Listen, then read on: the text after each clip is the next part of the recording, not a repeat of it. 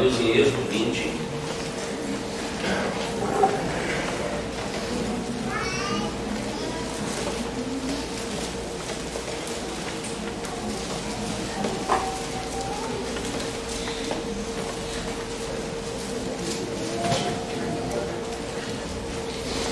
Enquanto nós estivermos fazendo a exposição dos 10 mandamentos, nós vamos fazer todo domingo de manhã a leitura de todos eles, tá bom?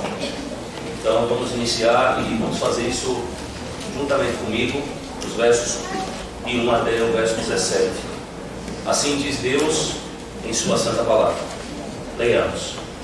Então falou Deus todas estas palavras: Eu sou o Senhor teu Deus, que te tirei da terra do Egito, da casa da servidão. Não terás outros deuses diante de mim. Não farás para ti imagem de escultura, nem semelhança alguma do que há em cima dos céus, nem embaixo na terra, nem nas águas debaixo da terra. Não as adorarás, nem lhes darás culto, porque eu sou o Senhor teu Deus, Deus zeloso, que visita a iniquidade dos pais nos filhos, até a terceira e quarta geração daqueles que me aborrecem, e faço misericórdia até 1000 gerações daqueles que me amam e guardam os meus mandamentos. Não tomarás o nome do Senhor teu Deus em vão, porque o Senhor não terá por inocente o que tomar o seu nome em vão. Lembra-te do dia de sábado para o santificar. 6 dias trabalharás e farás toda a tua obra, mas o 7º dia é o sábado do Senhor teu Deus. Não farás nenhum trabalho, nem tu, nem o teu filho, nem a tua filha, nem o teu servo, nem a tua serva, nem o teu animal, nem o forasteiro das tuas portas para dentro. Porque em 6 dias fez o Senhor os céus e a terra, o mar e tudo que neles há, e ao 7º dia descansou. Por isso o Senhor abençoou o dia de sábado e o santificou. Honra teu pai e a tua mãe, para que se prolongue os teus dias na terra, e o Senhor teu Deus te dá. Não matarás, não adulterarás, não furtarás, não dirás falso testemunho contra o teu próximo, não cobiçarás a casa do teu próximo, não cobiçarás a mulher do teu próximo, nem o seu servo, nem a sua serva, nem o seu boi, nem o seu jumento, nem coisa alguma que pertença ao teu próximo. Amém? Amém. Glórias a Deus. Bendito seja o Senhor, irmãos. Meus amados, hoje eu vou retomar a exposição do livro de Êxodo, deixada pelo reverendo Broto. Broto trabalhou com vocês aqui os 2 primeiros versículos que falam sobre o prefácio dos 10 mandamentos, então a minha intenção é continuar a partir daí. E hoje nós lemos a Santa Lei de Deus, mas eu vou fazer a exposição apenas do primeiro mandamento. Então vamos orar ao nosso Deus nesse instante. Senhor, muito nos alegra mais uma vez o nosso coração, porque estamos aqui, Senhor. Obrigado, ó Deus, porque nós fomos aqui trazidos pelo Senhor. Fomos protegidos, fomos, ó Deus, impulsionados pelo Espírito. E na verdade, ó Deus, aquilo que odiávamos, hoje amamos. Nós não queríamos, ó Deus, estar na Tua presença, ter comunhão com o Senhor. E certamente, ó Deus, quando apresenta-se diante de nós a perspectiva do primeiro dia da semana, do dia do Senhor, nosso coração ele já se alegra, esperando e aguardando com intensidade a vinda para cá, atendendo, ó Deus, ao Senhor, ao Teu chamado, e também desejosos, ó Deus, de termos comunhão com os nossos irmãos. Nesse instante, ó Deus, mediante a palavra do Senhor, fala com cada um de nós, Senhor. Fala ao nosso coração. Todos nós aqui somos pecadores. Não vivemos mais debaixo, ó Deus, da escravidão do pecado. mas ainda há a presença do pecado, ainda há a luta constante contra o pecado, Senhor. De maneira que a Tua lei, ela é a diretriz do Senhor, é a maneira pela qual nós devemos viver diante do Senhor para a glória e para o gozo do Senhor. Então nos ajuda, ó Deus, a compreender esses aspectos nessa manhã, especificamente naquilo que é o santo mandamento da parte do Senhor. Oramos então em Cristo. Amém. Amém. Meus irmãos, há algumas coisas que é necessário que a gente se lembre quando a gente fala sobre a lei de Deus, não é?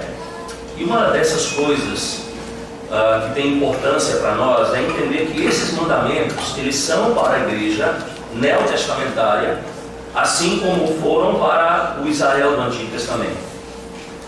Veja que nós não estamos simplesmente nessa manhã, ou como foi começado anteriormente se falando aqui sobre o prefácio, em um estudo interessante, não é?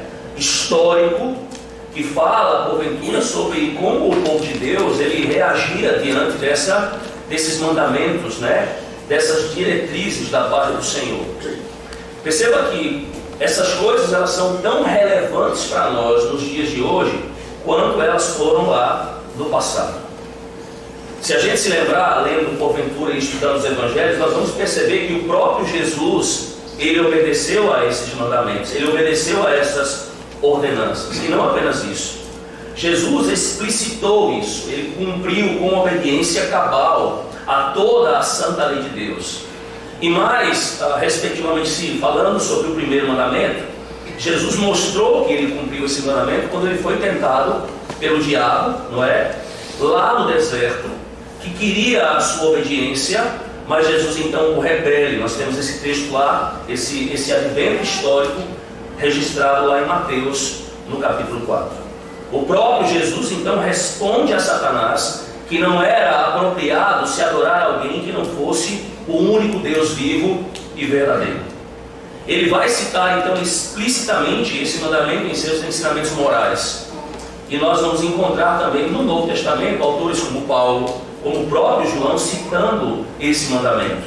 E percebam, mais uma vez eu preciso enfatizar para os irmãos, isso não é algo que ficou aonde? Lá atrás, no passado.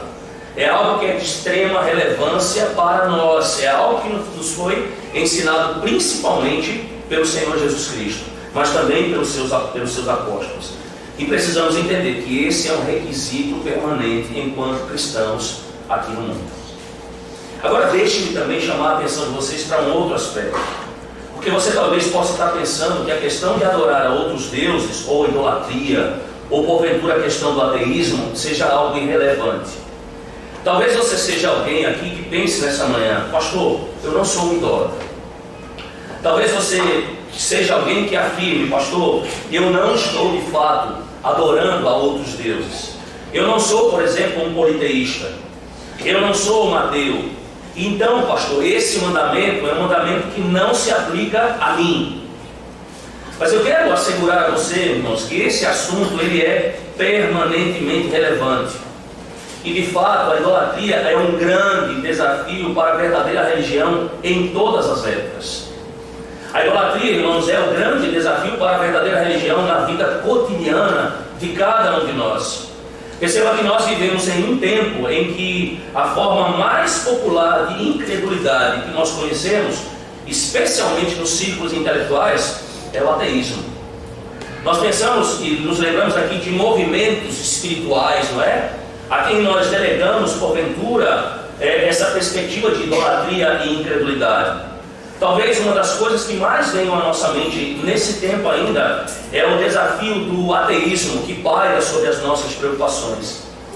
Mas, irmãos, idólatras estão em abundância e a idolatria é sempre o grande desafio para a verdadeira religião em todas as épocas.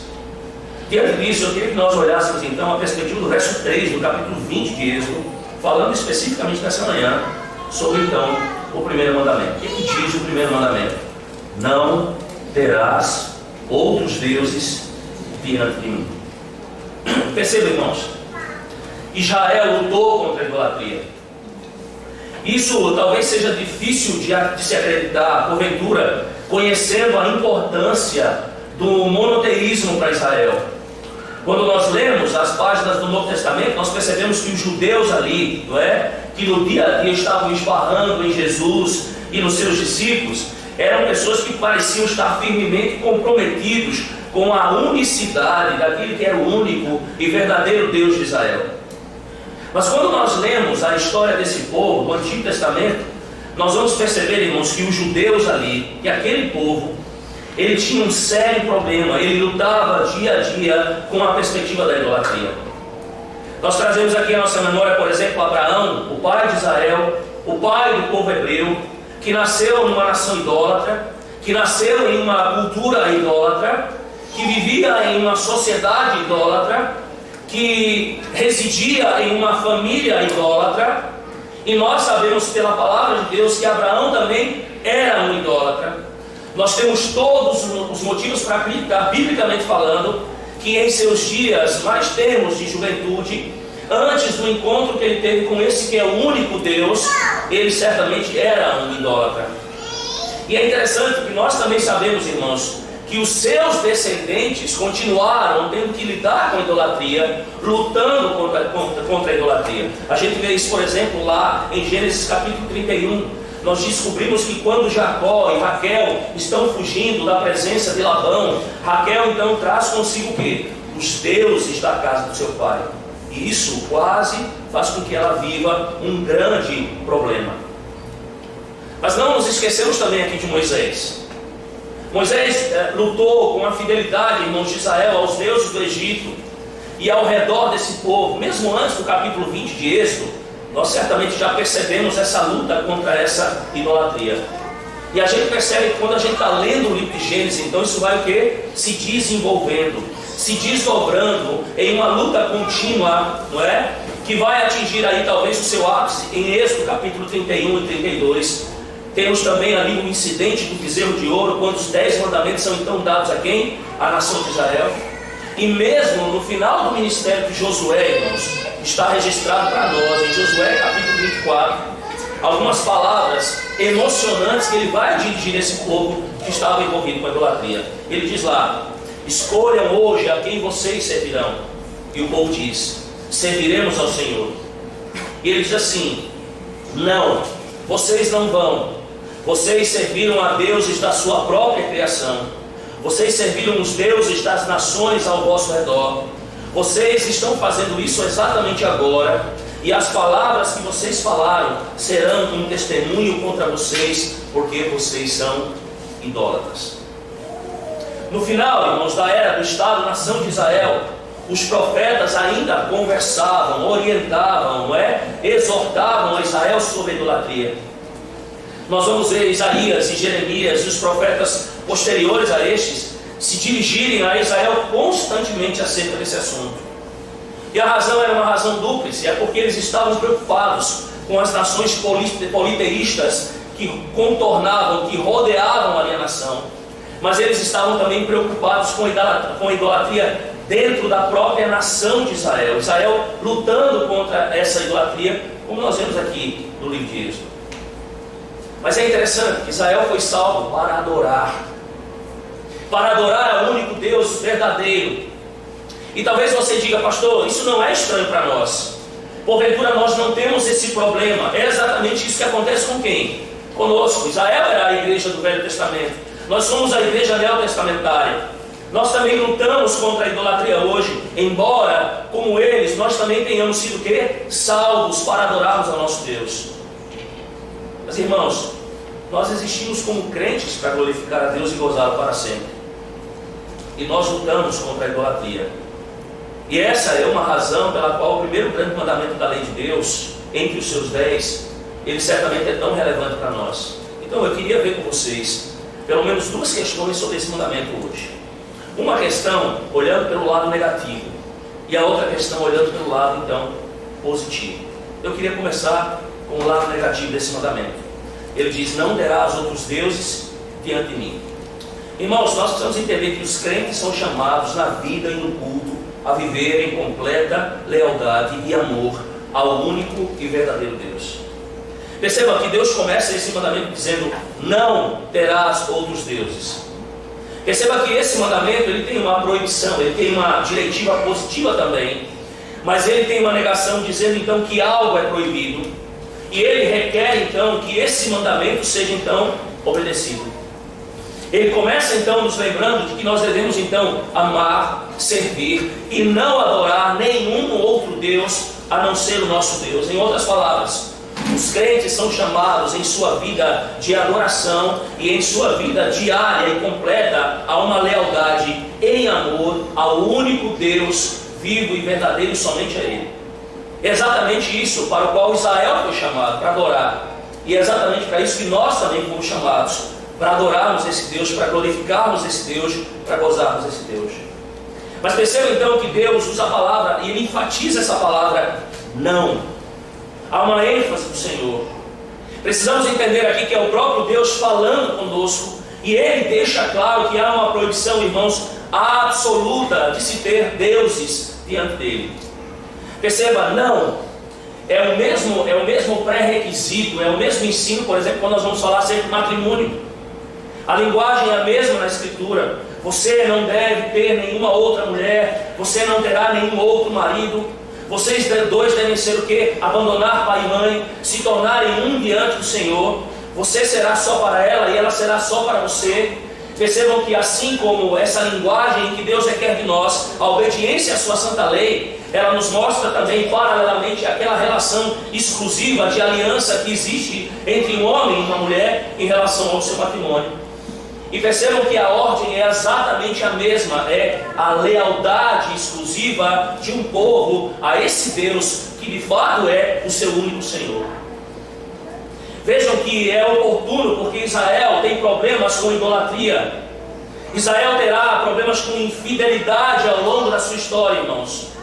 E é oportuno para nós também porque nós ainda lutamos e vamos lutar contra isso todos os dias da nossa vida. Perceba que quando ele diz, você não deve ter outro Deus diante dele, diante da sua face, ele não quer dizer que ele, porventura, tenha que ser o primeiro em hierarquia. Ele não está dizendo isso. Ele não está dizendo que se ele estiver acima dos outros deuses, você pode simplesmente ter um panteão de deuses, desde que Deus esteja no topo dessa lista. Ele não está dizendo isso. Deus não está dizendo nesse mandamento que você pode entrar em sua presença, como nós fazemos aqui nessa manhã, em culto de adoração, adorá-lo, e depois que a gente sai daqui, a gente pode simplesmente render adoração a outros deuses. E a razão é uma única razão, irmãos. Deus não tolera rivais. Ele não tolera rivalidade para com Ele. Perceba que quando nós falamos sobre a lei, há pelo menos uma pergunta que pode ser dividida em 4 partes que vão nortear o nosso entendimento sobre isso. E a pergunta é: o que esse mandamento nos ensina então acerca de Deus? O que esse mandamento nos ensina acerca do Senhor Jesus Cristo? O que essa lei de Deus nos ensina sobre o cristão e o seu dever? O que esses mandamentos nos ensinam sobre a igreja? Perceba que essas perguntas acerca de toda a composição da lei de Deus vão nos dar uma elucidação e serão extremamente úteis para nós. Mas esse mandamento específico obviamente implica em que adoremos, em que não adoremos a um outro Deus, em que nós, na verdade, adoremos e admitamos somente um Deus diante de nós. E perceba que isso não é apenas um problema para o crente do Antigo Testamento, mas é um problema para nós. Por quê? Porque talvez você possa dizer essa manhã: pastor, eu nunca me curvei porventura diante de um ídolo. Eu nunca porventura montei um santuário doméstico em minha casa para adorar algum outro Deus. Mas perceba, irmãos, que a idolatria é um problema permanente para nós. E algo que nos parece, e que nós deveríamos meditar um pouco mais sobre isso, é que existe uma grande luta de cristãos, talvez até mesmo em nossa igreja, a chamada lealdades divididas. Queremos ser cristãos, por exemplo, e ao mesmo tempo queremos caminhar em conforto e acordo, muitas vezes, com o mundo. Às vezes nós estamos dizendo, nós estamos lado a lado com o Senhor, caminhando com o Senhor, mas simultaneamente nós estamos caminhando também com o mundo. Às vezes, irmãos, nós teremos que corrigir o próprio Jesus, quando ele vai dizer, você não pode servir a Deus e as riquezas, e aí nós dizemos, sim, eu posso, porque eu estou vivendo exatamente assim, agora. E perceba então que esse mandamento, ele está nos convencendo de que isso é o quê? Idolatria. Olhe e veja que esse mandamento nos chama a uma única lealdade sincera, serviço, amor, devoção e adoração ao único Deus verdadeiro. E deixa eu ilustrar isso para você, que há muitas maneiras, mas algumas. Perceba que nós vivemos em um mundo, irmãos, comprometido com pelo menos dois princípios básicos: pluralismo e relativismo. O que é que nos diz o relativismo, irmãos? Diz que não há verdade absoluta. O pluralismo, por sua vez, nos diz que a única maneira pela qual você pode viver em harmonia em uma sociedade onde as pessoas têm crenças diferentes é adotar o relativismo como um ponto de partida. Em outras palavras, o relativismo diz que não há verdade, e o pluralismo diz que a maneira de conviver com as pessoas que diferem é reconhecer de fato que não há verdade. Eles dizem, esse é o único caminho. E percebam então que o pluralismo e o relativismo olham para a igreja e dizem, não existe exclusividade. Deixa eu mostrar como é que isso funciona. Jovens que são cristãos estão sendo ensinados em suas igrejas que o único Deus verdadeiro é o nosso Deus. E graças a Deus por isso. Contudo, alguns desses jovens, e eu espero que não seja o seu caso aqui nessa manhã, dizem, pastor, tudo bem, eu acredito nisso. Mas perceba, pastor, eu tenho um amigo que é muçulmano. Eu tenho um amigo, pastor, que é ateu. E eles enxergam isso de uma maneira diferente. Então veja, como é que eu vou colocar essas coisas, pastor? O único Deus verdadeiro, de fato, é o Deus verdadeiro para mim. Mas quem sou eu para dizer isso para eles? Perceba que quando nós agimos dessa maneira, irmãos, isso tem uma certa aparência de quê? De humildade. Quando nós nos colocamos nessa posição, em deixar essas pessoas à vontade, dizemos que o nosso Deus é um Deus único e verdadeiro, e que nós não vamos nos atrever a dizer isso para eles, isso parece ser bom para eles. Soa o quê? Tolerante. Mas na verdade nós estamos ajudando essas pessoas a se afastarem de uma possível fidelidade ao único Deus verdadeiro e a obediência à sua santa lei, assim como nós também. E perceba que se você não está educando a sua família, os seus filhos, os avós aqui crentes, os seus netos, acerca desse desafio, então você não está falando com eles sobre um dos maiores desafios no dia a dia para os cristãos, que devem responder a questionamentos como, por exemplo, que a nossa sociedade, ela pode aceitar qualquer coisa, com exceção ao absoluto. Porque dizem que absolutos são absolutamente o quê? Fora, ou estão absolutamente fora. Perceba que enquanto você é um relativista, você está absolutamente dentro. Mas a sociedade, ela não quer o quê? Absolutos. A sociedade quer que você diga, ok, eu vou adorar a Deus do meu jeito, você adora a Deus do seu jeito, e todos nós vamos nos dar o quê? Bem, vai ficar tudo bem. Mas a resposta do cristão, talvez às vezes, é o seguinte: devemos tolerar aqueles que discordam, porque nós respeitamos a imagem de Deus neles, porque nós reconhecemos a depravação total neles, porque nós sabemos os efeitos do pecado neles, e nós então não poderemos sugerir o caminho, mesmo que reconheçamos todas essas coisas, porque nós não queremos ninguém convertido a Cristo por força, pela espada. Não é possível, como cristãos, afirmarmos isso, irmãos. De fato, nós toleramos aqueles que diferem, mas não dizemos que a crença deles não é diferente da nossa. O que nós dizemos é: eu me diferencio de você e acredito que eu acredito é a verdade, e que você está errado em ser contrário a ela. Percebam, irmãos, que existe um mundo de diferença entre isso e o que está vigorando na nossa época, em nosso momento, aquilo que quer de fato que façamos. Então, quando olhamos para o relativismo e o pluralismo, eles nos desafiam em relação ao santo mandamento do Senhor, ao primeiro mandamento. Mas perceba que não são apenas essas duas vertentes, esses dois problemas. O liberalismo no nosso próprio tempo nos desafia contra o primeiro mandamento da lei de Deus. O liberalismo basicamente permite que o nosso julgamento humano permaneça sobre a palavra de Deus e sobre Deus, e nós venhamos a redefinir Deus.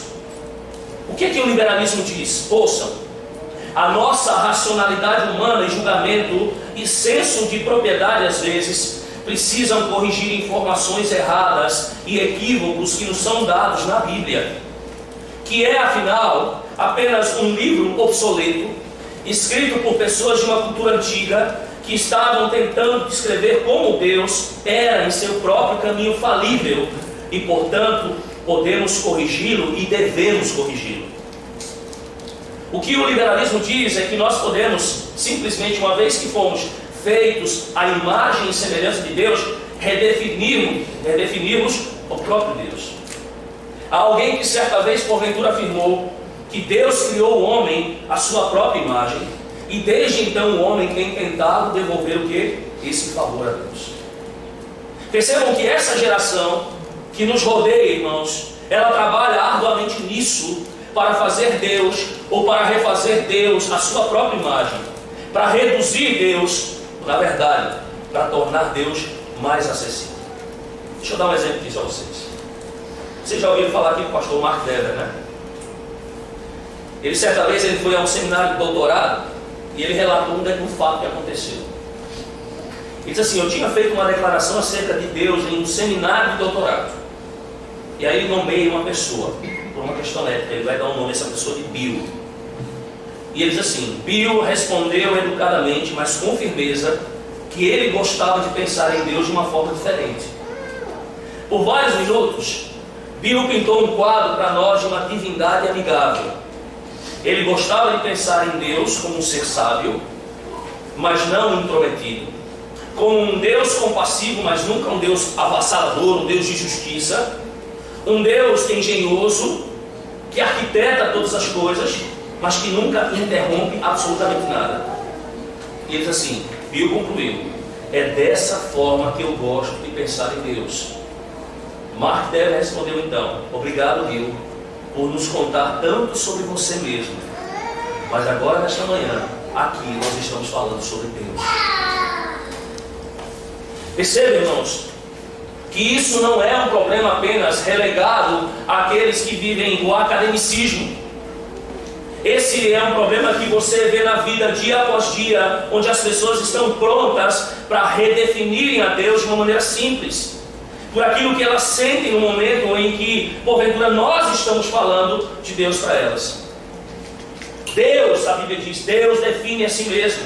Nós não definimos a Deus. Nós adoramos a Deus como Ele define e se revela em Sua Santa Palavra, não como nós desejamos. Mas há muitas coisas que desafiam esse mandamento, irmãos. Talvez a busca por prazer, popularidade, sentimento sensual, sexo, materialismo, moda, fama. Todas essas coisas podem se tornar, irmãos, rivais de Deus. Deixa eu falar com você que é aluno, porventura, universitário dessa manhã. Nós temos alguns deles que estão buscando satisfação agora mesmo no abuso de álcool, irmãos. Muitos jovens, alunos, aí cursando a sua escola, outros na universidade estão buscando satisfação nesse instante no abuso de quê? Álcool. Estão buscando a satisfação em expressões sexuais impróprias e antibíblicas, imorais. Alguns desses jovens estão correndo atrás de popularidade e não medem esforços para conseguir isso. E perceba que todas essas coisas, irmãos, elas são sintomáticas da idolatria. Eu quero que você preste atenção nesse momento comigo. Tome como exemplo, porventura, menores. Eu não estou falando nem de maiores de idade, mas de menores, se envolvendo também com abuso de álcool. Esqueça que por um minuto isso é ilegal.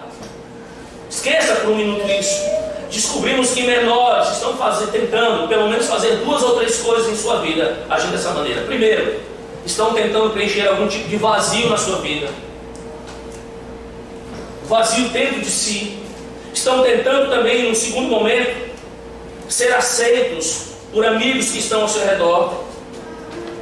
E até mesmo estão fazendo isso porque desejam obter o prazer que resulta de um sentimento de inebriação ou embriaguez. Mas o que eu quero que você entenda é que de todas essas maneiras eles fizeram um ídolo para si mesmo. E eles não estão adorando o único e verdadeiro Deus. Alguns deles, e eu quero crer, não estão aqui nessa manhã. Há crentes que estão em igrejas hoje, jovens que estão em igrejas hoje, que ontem à noite estavam embriagados, que estavam cultuando algum outro tipo de ídolo, talvez o sexo em seu coração. E Deus está dizendo essa manhã: eu não tolero nenhum rival. O que Deus está dizendo em sua palavra é dizer: eu sou o único Deus, eu sou a única fonte de satisfação, eu sou a única fonte de segurança, eu sou a única fonte de afirmação, eu sou Deus, é o que Deus está dizendo. E ao mesmo tempo ele diz que sem Ele nós nos destruiremos, irmãos. Há um puritano que eu gosto muito dele, chamado Matthew Henry, que há muito tempo disse o seguinte: o que é estimado ou amado, temido ou servido, se deleita ou depende mais do que em Deus, seja o que for, é um ídolo. Pense nisso. Pare comigo por um instante. Qual é o teu ídolo? Eu vou abrir aqui um parênteses. O teu ídolo é a teologia reformada. Mas como é que pode ser? Pode sim. O teu ídolo é o puritanismo. Teu ídolo são os teus livros de teologia. Não estou dizendo que são ruins. Há coisas boas que se tornam o quê? Ídolos.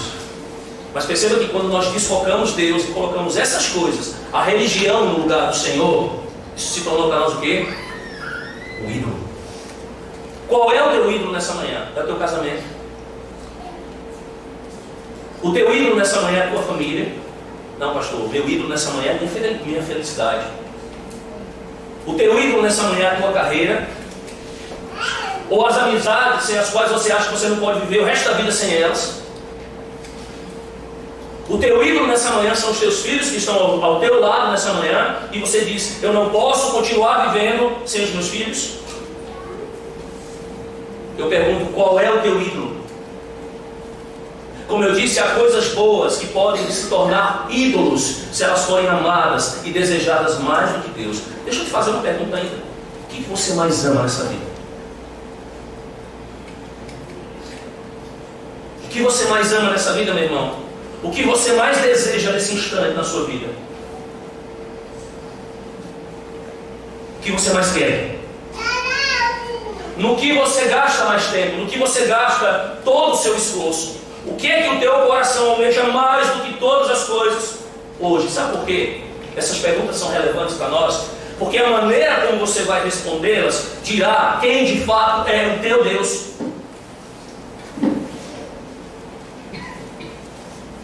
Eu preciso lembrar você mais uma vez: aquilo que amamos e servimos e desejamos e buscamos e pensamos ao máximo, isso é o nosso Deus. Jesus vai dizer: onde está o vosso tesouro, está o quê? Aí está o quê? O vosso. Percebe? A gente sabe disso. Não são pessoas que estão porventura lá em lugares inóspitos, se curvando e se ajoelhando diante de paus e pedras que cometem idolatria. Não é uma facção do cristianismo, um ramo do cristianismo que se dobra de joelhos e adora imagens. Idolatria não é apenas isso. Mas são cristãos que estão bem vestidos, em belas igrejas, em bancos confortáveis, como a nossa igreja, que devem olhar para os seus corações e se questionarem: a idolatria me levou. E eu pergunto para a nossa igreja nessa manhã: a idolatria nos levou? É ela que tem nos conduzido?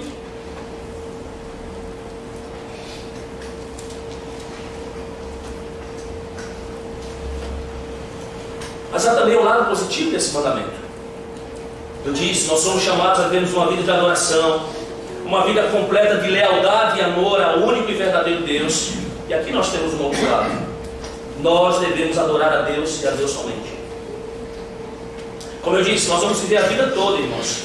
E o nosso breve catecismo está muito correto em afirmar, biblicamente, que o principal objetivo da nossa vida é o quê? É glorificar o nosso Deus, é gozar o nosso Deus. E há pelo menos duas maneiras nas quais Moisés e Paulo dizem que isso precisa ser feito. Nós devemos adorar a Deus em primeiro lugar corporativamente. E graças a Deus nós estamos fazendo isso hoje pela manhã. Nós devemos nos reunir com os santos, devemos adorar a Deus também em toda a nossa vida. Não é por acaso que nós vemos aqui a convocação hoje para o culto. Qual foi? O Salmo 29.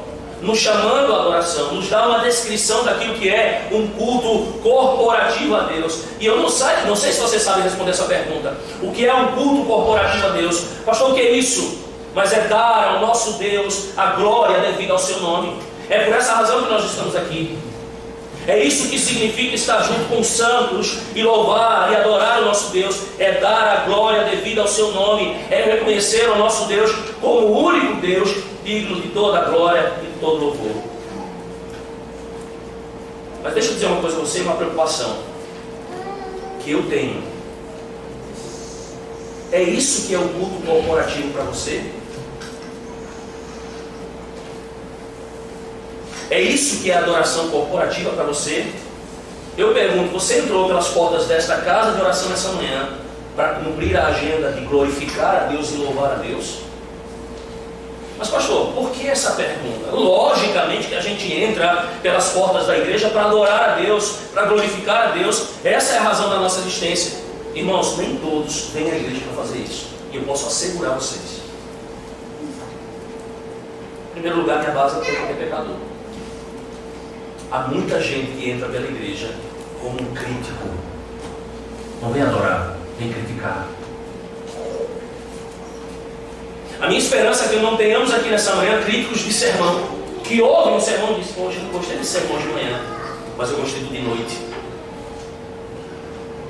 Essa não é a postura de um crente diante de Deus. Aqueles que criticam o que é cantado na igreja vêm para cá como críticos musicais. Não estão interessados naquele momento em que se ora, em que se prega expositivamente a palavra, nas aplicações, na ministração da ceia. Não, eles ouvem uma música e dizem, essa eu gostei, aquela não. Eu pergunto, por que você está aqui nessa manhã? Você veio aqui para louvar a Deus? Ou você veio para cá como um crítico? Porque talvez você possa ser aí um terceiro elemento nessa linha de pensamento, um apático. É alguém que está passando de movimento em movimento. É alguém que está passando de igreja para igreja, mas nunca vai entender. A não ser que o próprio Deus lhe abra o entendimento próprio do Espírito. Que você está aqui para a glória de Deus nessa manhã. E louvado seja o Senhor por isso. Esse mandamento ele nos chama para o culto corporativo, irmão, sincero. Mas também nos chama para adorarmos ao nosso Deus em toda a nossa vida. Abra comigo em Romanos 12, 1 e 2, por favor. Porque Paulo nos diz nesse texto, basicamente, o que quer que nós, o que ele entende por revelação divina, que nós devemos fazer diante do nosso Criador. Qual é a postura diante do nosso Criador e diante daquele que é o nosso Redentor, o Senhor Jesus Cristo. Ele quer que nós nos entreguemos a Deus como um ato de adoração sincera. E aí ele diz assim em Romanos 12, 1 e 2. Leia comigo, por favor.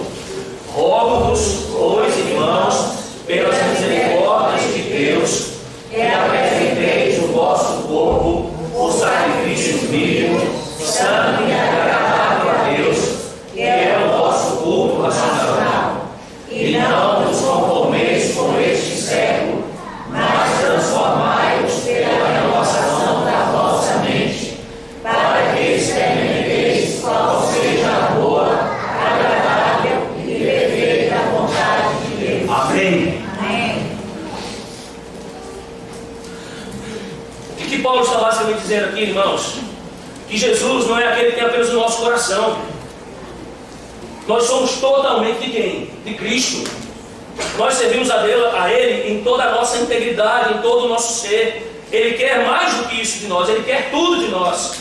Ele quer a totalidade daquilo que você é. Você precisa dar a Ele tudo em tua vida. Tudo que Ele quer é exatamente isso. É tudo, não é uma parte.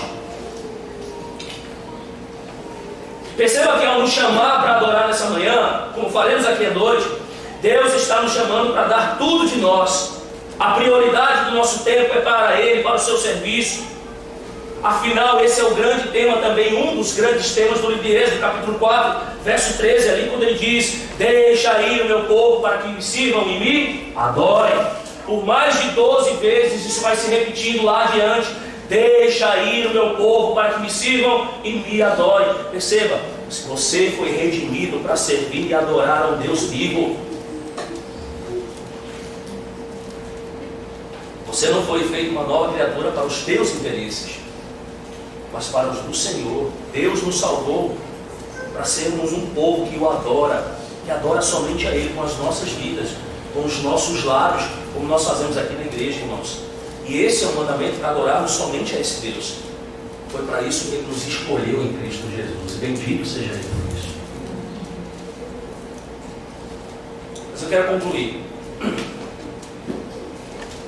Eu quero colocar minha conclusão em forma de oração, os irmãos.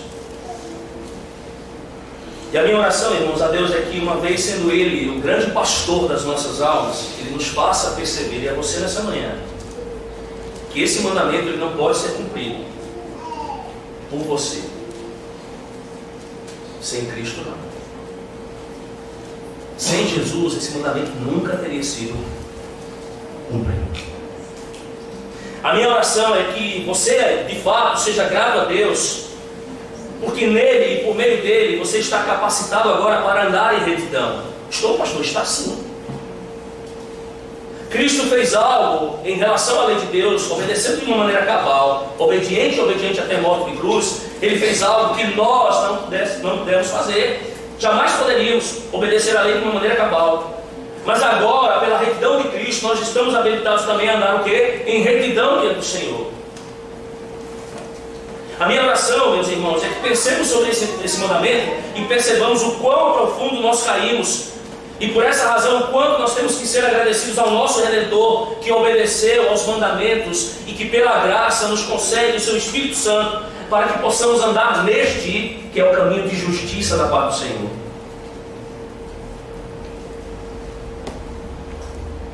A minha oração é que Ele nos ajude, irmãos, para que não tenhamos nenhum desejo quanto a alguma coisa que possa se tornar um rival a Ele em nosso coração, irmãos. Mas a minha oração é que, acima de tudo, para todos nós nessa manhã, esteja o Senhor e não haja absolutamente mais nada. Amém? Amém. Mais nada. Vamos orar.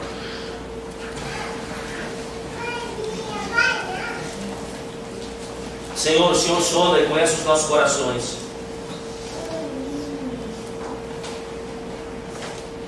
O Senhor sabe, ó Deus, que fomos questionados aqui nessa manhã. Há lembranças que nos são trazidas de coisas que para nós são bem conhecidas. Nós sabemos a razão da Tua lei. Nós sabemos, ó Deus, o porquê da Tua lei. Mas nós também, como homens pecadores, temos problemas com a Tua lei. Mas aqui agradecemos ao Senhor por causa de Cristo, que cumpriu a lei, que por obra do Espírito, mediante a palavra, nos dá a habilidade para obedecer a Tua palavra, para desejar a obediência, para amar a Tua lei, para meditar na Tua lei, para fazer a Tua vontade. Embora, hora ou outra, ó Deus, nós pequemos, afrontando, ó Deus, a Tua santidade, a Tua retidão, mas ainda assim permanece, porque em Cristo, como nova criatura que somos, porque em Cristo há de fato desejo em nosso coração de obediência.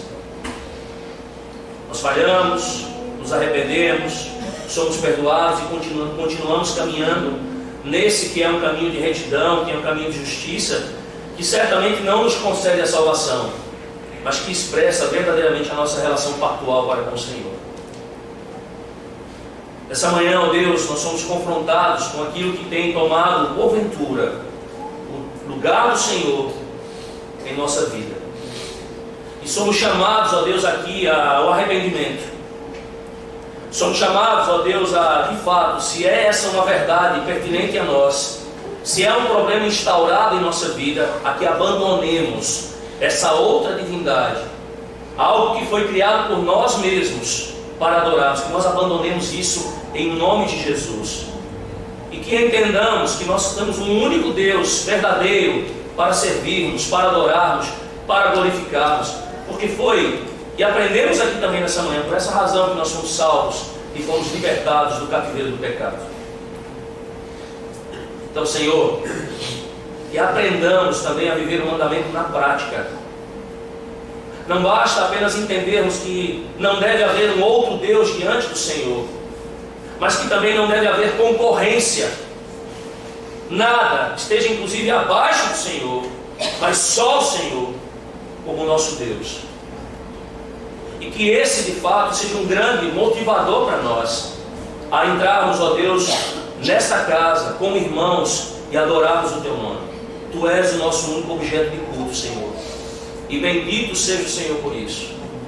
Porque aquelas vãs divindades, aquelas coisas que foram criadas, trouxeram, ó Deus, terríveis coisas para a humanidade. Paulo já nos diz isso lá, relatando todo esse problema em Romanos capítulo 1. Ó Deus, que estejamos afastados desse tipo de coisa, mas que ao mesmo tempo, Senhor, possamos confrontar idólatras, possamos confrontar o relativismo, o liberalismo, o pluralismo. Não nos envolvamos com isso, mas não permaneçamos calados em relação a isso, quando essas coisas, até de uma maneira prática, não apenas intelectual, mas prática, se apresentarem diante de nós. Que possamos confrontar as pessoas com amor, com sabedoria, orando para que pelo Espírito Santo do Senhor, assim como nós, os olhos dessas pessoas, os olhos espirituais se abram para a realidade de que só existe de fato o Senhor como Deus. E que aqueles que são os nossos alvos evangelísticos durante esse ano, talvez familiares, amigos próximos, e alguns outros que o Senhor certamente vai colocar diante de nós, possam ser resgatados pela obra vicária do Senhor Jesus Cristo, e serem conduzidos, ó Deus, a abandonarem a idolatria e a glorificarem e gozarem do Senhor por toda a eternidade. Trabalhe, ó Deus, por meio de nós, por meio da Tua igreja, em primeiro lugar, fortalecendo este corpo de Cristo.